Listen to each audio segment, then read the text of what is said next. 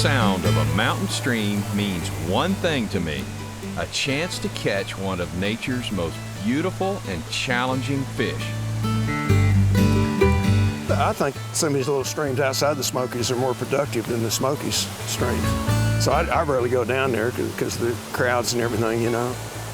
I'm really excited to be here with veteran fly fisherman Gary Berger as we tackle the pools, eddies, and boulders of Rocky Fork Creek. You know the next pool will have one. Every one of these ought to have one. Gary grew up fishing here on what he calls the perfect mountain stream. I fished it for 65 years. My dad used to take us fly fishing, and before we fished, we'd catch the crawdads, you know, and play in the creek. And you're 70 years old and you've been fishing this thing for 65 of those 70. Well, I couldn't ask for a better guide today then, could I? Well, I can't tell you all the history of the hills and everything here the way some of them can, but I know the water here, that's for sure.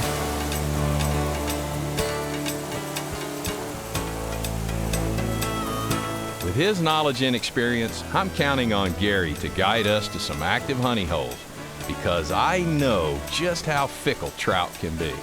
This is an animal whose senses are incredible. Their sight is incredible.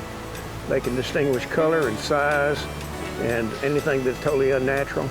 And so it kind of gives you a way to connect with your environment by creating that situation where that fish will take your fly. Twisting and turning through rocks big and small, mountain trout love to hide in small crevices and underneath dark ledges, sometimes at the very edge of the pools. That's why it's important to use a fly you know will do the job. When I'm selecting dry flies to fish mountain streams, I don't need anything fancy. I want flies that are really bushy, that float high, that I can see. Here's a few I selected from my box: the thunderhead, the parachute caddis, and the orange palmer. They float great and fish love them. It doesn't take long before Gary lands his first fish. Poor little fella swallowed it almost. You're not going to come here and catch big fish, but when you catch a fish here, it's like picking a beautiful flower, you know, except you get to release it and put it back in the stream. Gary believes, and I agree, that the hardest part of this kind of fishing is approaching the stream in such a way that the fish can't see us. Presentation and approach are just as important as picking the right fly. Casting in a stream like this is completely different from casting on a big river or a lake. And you're looking as much behind you as you are in front of you. And for those who know about it, you're using casts that are close to the water, like roll cast and sidearm cast. Just as I'm beginning to feel like the trees are closing in and all the fish are starting to laugh at me. There he is.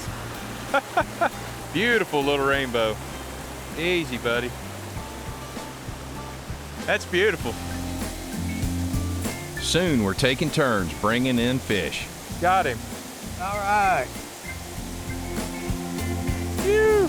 That's the biggest fish of the day, I believe. Excuse me, female rainbow trout. Whoop, there it goes. To have a fish like that that's born wild right here, we don't get that over in the other parts of the state. Which is why, for me, fishing in this 10,000-acre wilderness is really cool. There you go. Another big one. That one's ready for the sardine can. Yeah, it's a fish, right? We don't count shiners, though. Oh, that's a shiner? No, it's a rainbow. Shiner or rainbow, it doesn't matter. I've enjoyed reversing the role and being the student while picking up some tips from a fisherman who's as close to the land and water here as I'll ever find. Rocky Fork Creek flows through land that will one day be a state park. It's taken thousands of years for the water to shape these moss-covered boulders. It's really nice to know it will be preserved forever.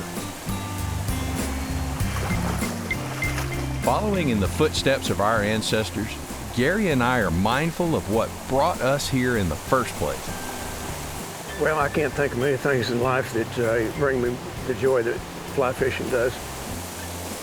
The sound of the water, the scenery you're looking at. If you've had a rough week or a bad day, you get out on the trout stream, you forget all about it, and it brings peace to you. I couldn't agree more. I'm Chris Nishin on the wild side.